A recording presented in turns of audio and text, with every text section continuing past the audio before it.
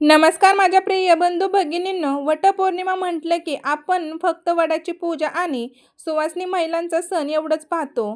पण तुम्हाला माहीत आहे का की याच दिवशी ब्रह्मांडात अशा काही अदृश्य शक्ती कार्यरत असतात, ज्याचा योग्य वापर केल्यास तुमच्या घरातील 7 पिढ्यांचे गरिबी, नकारात्मकता, पितृदोष आणि पैशांची चणचण कायमची नष्ट होऊ शकते.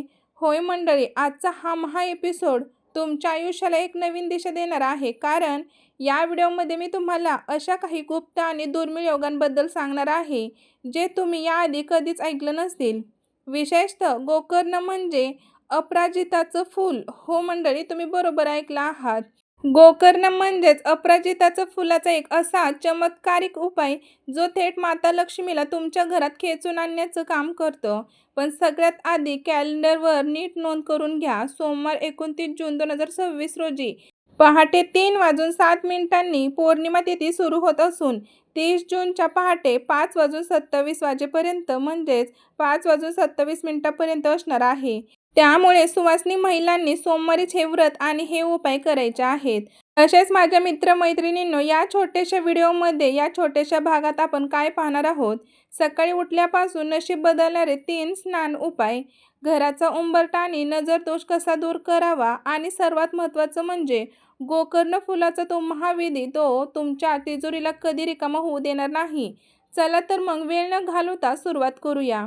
व्हिडिओ कुठेही स्किप करू नका. शेवटपर्यंत शांतपणे आणि लक्ष देऊन ऐका, कारण अध्यात्मातली अर्धी माहिती नेहमी संकटात टाकू शकते. कमेंटमध्ये आत्ताच लिहून टाका, श्री स्वामी समर्थ, जय जय स्वामी समर्थ, ओम लक्ष्मी नमः हे नक्कीच लिहा, कारण तुमची एक कमेंट तुमच्या जीवनामध्ये सकारात्मक ऊर्जा आणू शकते. मित्रांनो, 29 जूनच्या सकाळी तुम्हाला सूर्योदयापूर्वी म्हणजेच शक्यतो ब्रह्ममुहूर्तावर उठायचं आहे. मंडळी, या वेळेत वातावरणात सकारात्मक ऊर्जा सर्वाधिक असते आणि या वेळेत केलेली सेवा अगणित पटीने फळ देते. माझ्या प्रिय मित्रमैत्रिणींनो, आपण आता पाहणार आहोत आंघोळीच्या पाण्यात. यामध्ये सगळ्यात आधी आपल्याला टाकायचे आहे ते 2 थेंब म्हणजेच गंगाजल. गंगाजल का टाकायचं? कारण अनेकदा आपल्याला पवित्र नद्यांमध्ये किंवा तीर्थस्थानी स्नान करायला जमत नाही. त्यामुळे घरात पाण्यात गंगाजल टाकल्यास पवित्र तीर्थक्षेत्री स्नान केल्याचं पुण्य मिळते. त्यानंतर यामध्ये टाका 1 चिमूटभर हळद. शास्त्रानुसार चिमूटभर हळद ही थेट तुमच्या कुंडलीतील गुरुग्रहांना मजबूत करते. ज्याचा गुरु मजबूत त्याला समाजात मान सन्मान आणि पैसा आपोआप मिळतो आणि माता लक्ष्मी त्यांच्याकडे आकर्षित होते. तिसरी वस्तू म्हणजे काळे तीळ. माझ्या प्रिय मित्रमैत्रिणींनो, हे काळे तीळ आपल्या पूर्वजांना म्हणजेच पितरांना समर्पित असतात. वटपौर्णिमेच्या दिवशी हे पाण्यात टाकून स्नान केल्याने कुंडलीतील भयानक कालसर्पदोष आणि पितृदोष जागेवर शांत होतात. जर तुमच्या कामात सतत अडथळे येत असतील तर हा उपाय नक्कीच करा. अंघोळीला जाण्यापूर्वी अजून छोटासा पण अतिशय प्रभावी उपाय करायचा आहे, ज्याने तुमची लक्ष्मी प्राप्तीची इच्छा पूर्ण होईल. एका वाटीत थोडीशी हळद घ्या आणि त्यात कच्चे दूध टाका. तापवलेले दूध नसले पाहिजे. त्यानंतर हे सर्व मिक्स करा. हे मिश्रण तुम्हाला तुमच्या त्वचेला, चेहऱ्याला किंवा संपूर्ण अंगाला लावायचे आहे. आपण दिवाळीत जशी उटणे लावतो, अगदी त्याचप्रमाणे कच्चे दूध आणि हळद एकत्र लावल्याने एक चुंबकीय ऊर्जा तयार होते, जी गरिबी आणि दारिद्र्य दूर सावरून माता लक्ष्मीला आकर्षित करते. हे लावून 5 मिनिटे बसा आणि मग आपल्या मगाशी तयार केलेल्या हळदीच्या पाण्याने स्नान करा. मैत्रिणींनो, अंघोळ झाल्यावर लगेचच घरात काय करायचे? आपण अनेकदा घरात कळत नकळत चिडचिड करतो, नकारात्मक बोलतो किंवा काही घरांमध्ये मांसाहार केला जातो. त्यामुळे घरातील वास्तू दूषित होते. कोणतीही पूजा यशस्वी होण्यासाठी जागा शुद्ध असणे गरजेचे आहे.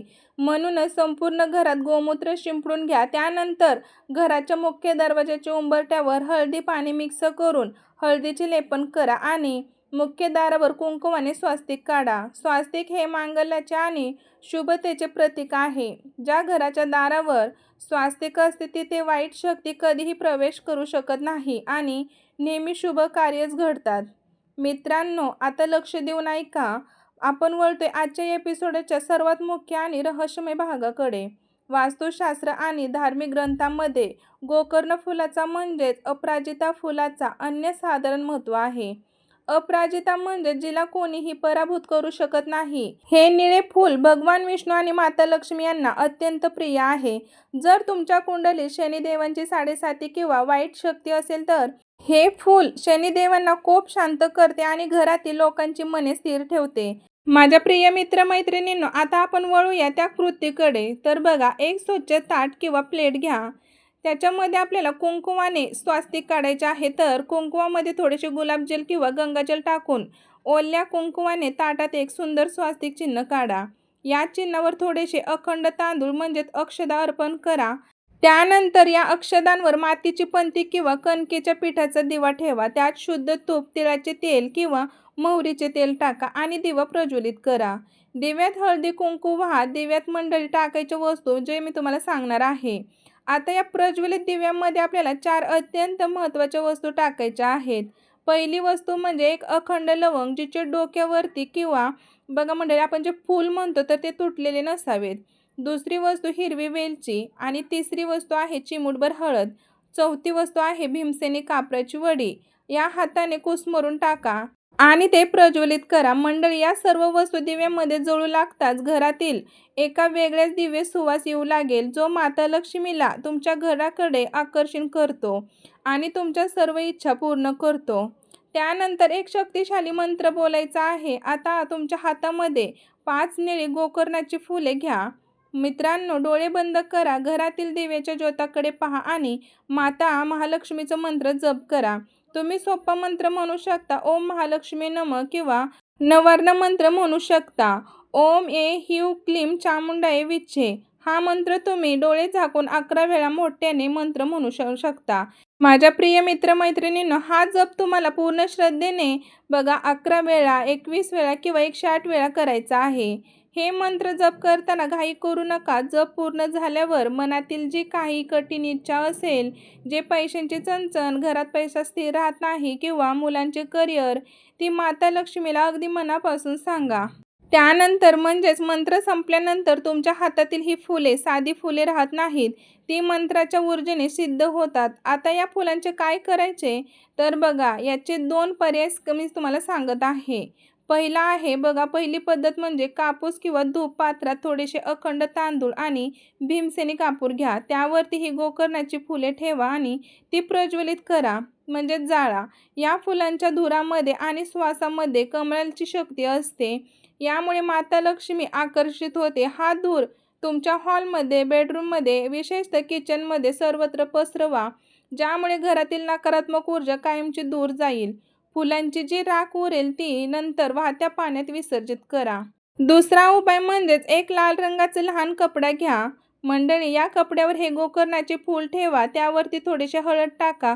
आपली इच्छा बोलून या कपड्याची एक छानशी पोटली बांधा आणि ती तुमच्या तिजोरीमध्ये किंवा पैशांच्या कपाटात ठेवून द्या. यामुळे घरात पैशांची आवक सतत वाढत राहते आणि कधीही आर्थिक टंचाई जाणवत नाही. जर तुमच्या घरात इतर काही समस्या असतील तर हे फूल तुम्ही तुमच्या पर्समध्ये किंवा पॉकेटमध्ये ठेवू शकता. मंडळी, हे सर्व तोडगे आणि उपाय अत्यंत प्रभावी आहेत, यात काही शंका नाही. पण व्हिडिओच्या शेवटी मी तुम्हाला सांगत आहे एक सर्वात महत्त्वाची गोष्ट.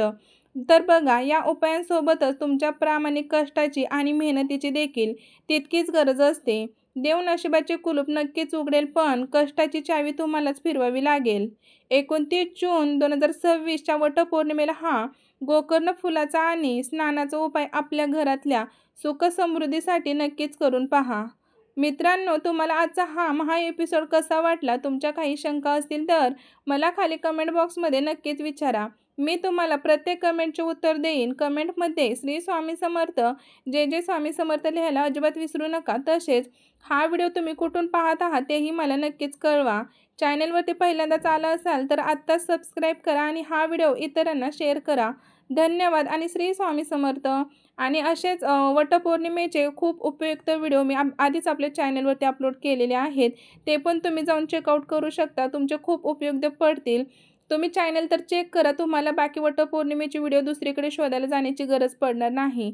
तर धन्यवाद व्हिडिओ शेवटपर्यंत पाहिल्याबद्दल. श्री स्वामी समर्थ.